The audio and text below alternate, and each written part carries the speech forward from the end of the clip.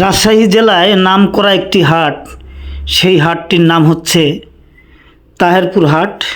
এই হাটটি পুঠিয়া, বাগমারা এবং দুর্গাপুর থানার 3 থানার মাঝামাঝি এই হাটটি অবস্থিত।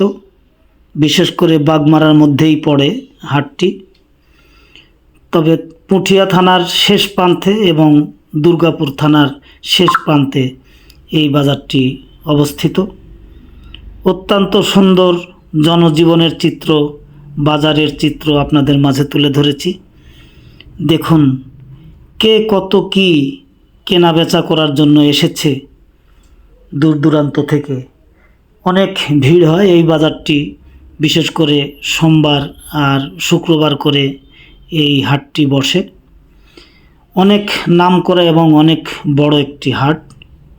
এই হাটটির নাম তাহের